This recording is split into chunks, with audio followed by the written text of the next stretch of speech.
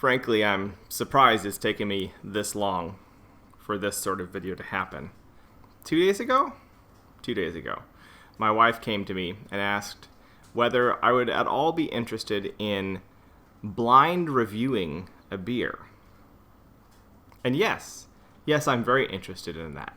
And so this is me drinking a mystery beer. I have no clue what it is. I have no clue what style. I have no clue what brand. Of course, no clue what model, particular title this beer is. But I look forward to using all my skills and being very humbled when I call the blonde ale a stout or something like that. And my wife is over there laughing at me because she's participating off camera here. Anyways, this is me. We'll see how this goes.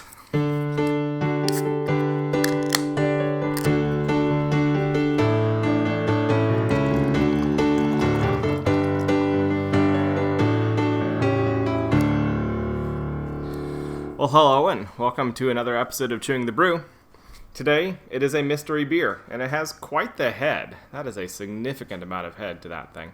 It is a dark beer, so this is a mystery beer.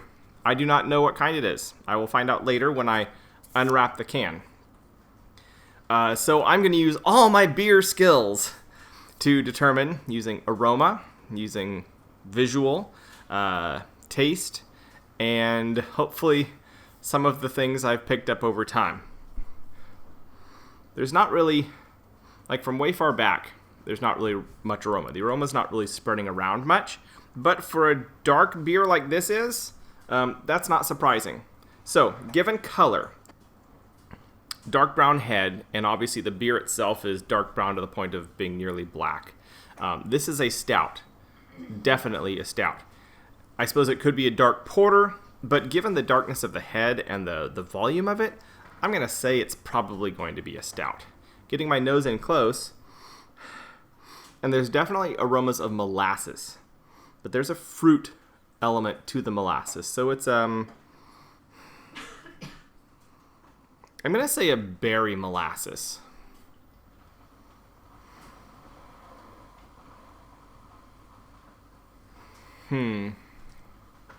I think the molasses accounts for all the sweetness. I'm not going to say there's brown sugar or maple syrup or honey in there. There is a woodiness to it. That's interesting.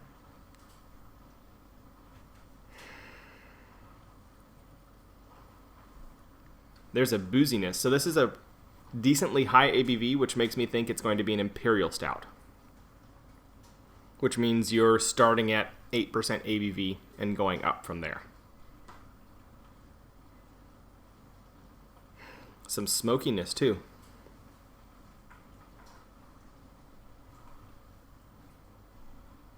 Yeah, okay, so molasses, woody smokiness, which kind of subtle, kind of towards the back end. And the head has decreased significantly in the last couple minutes.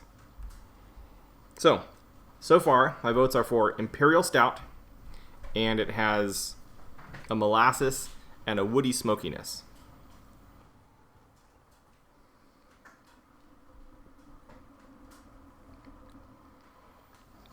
Okay, so this is going to be likely a barrel-aged Imperial Stout. But it's got an emphasis on a chocolate syrup sweetness, which is interesting.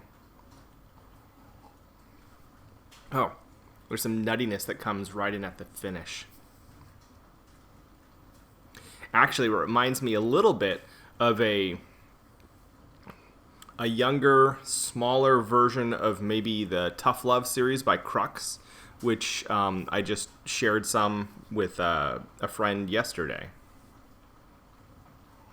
But that's a far thicker beer.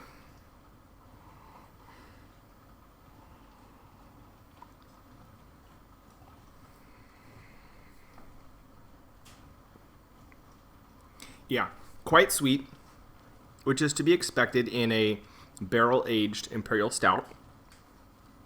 My mind is going to Great Divide's Yeti series, though the things that I found set apart the Yeti that I've had is it had some balance to the sweetness, And not that this doesn't have the balance, but it's a lot sweeter than I expect. However, that sweetness is a pretty nice sweetness. It's almost a Hershey's chocolate syrup kind of sweetness.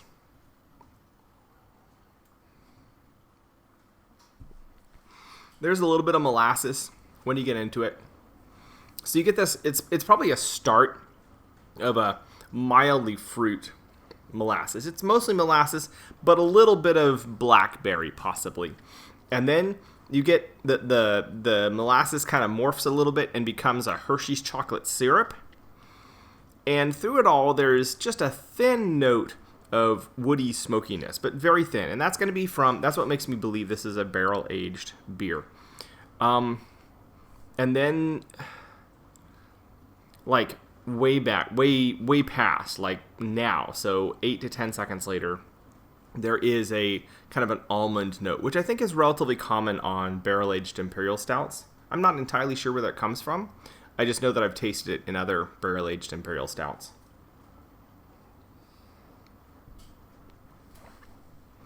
That is a good beer. That is a very powerful beer. I'm going to guess 11% ABV. It's not quite the 12 to 14 you'd get with like a real heavy hitter, super thick. But there is some definite warmth coming back up. It's definitely a savoring beer, but with the amount of sweetness, I would expect it to be best cold versus drinking at warmer temperatures like I would kind of default to for an imperial stout.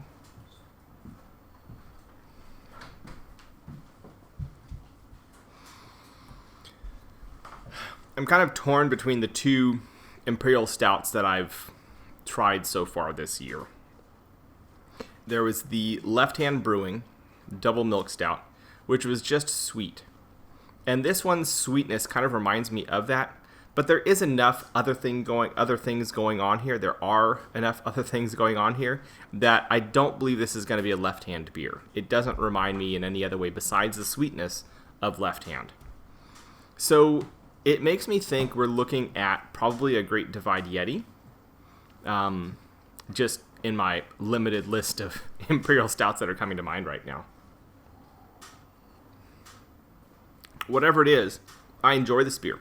This is definitely a 2 out of 3 stars. So it's a perfectly acceptable, tasty beer with no downsides except being very sweet. But hey, in the holiday times, more sugar, right? Eat less of everything else. And yeah, so I guess now it's time to figure out what it is. But actually, my wife wrote down the tasting notes here. Let's see what I got. So she did not write down the name or anything, just tasting notes. A rich, bold imperial stout brewed with unrefined muscovado sugar and molasses. Okay, interesting that like the molasses was there at the nose, but that's common with any imperial stout, whether it's made using molasses or not. But this is actually made using molasses. And then it notes deep flavors of coffee, dark cocoa. Yeah, definitely cocoa. I'm not sure I would... Well, it could be like dark hot chocolate kind of thing. But you're going to mix that with milk anyways, right? So I'm not sure I would agree that this is dark cocoa. This is more a nice, strong, flavorful milk chocolate. And a wisp of light smoke. Hey, I found the light smoke. Super awesome.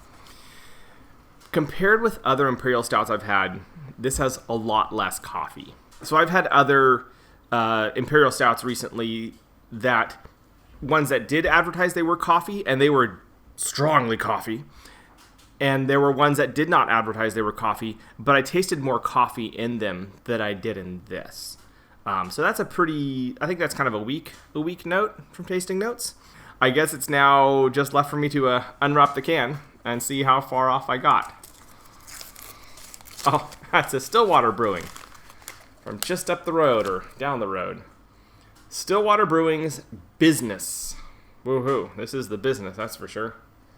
Imperial Stout brewed with molasses and muscovado sugar, and it is a 13% ABV.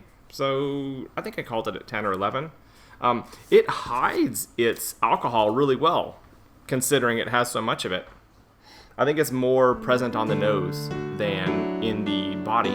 But this is a very, very tasty beer. This has been me, Matthew. I have been drinking and enjoying a mystery beer, which turned out to be Stillwater Brewing's Business Imperial Stout. And I'll catch y'all on the flip side.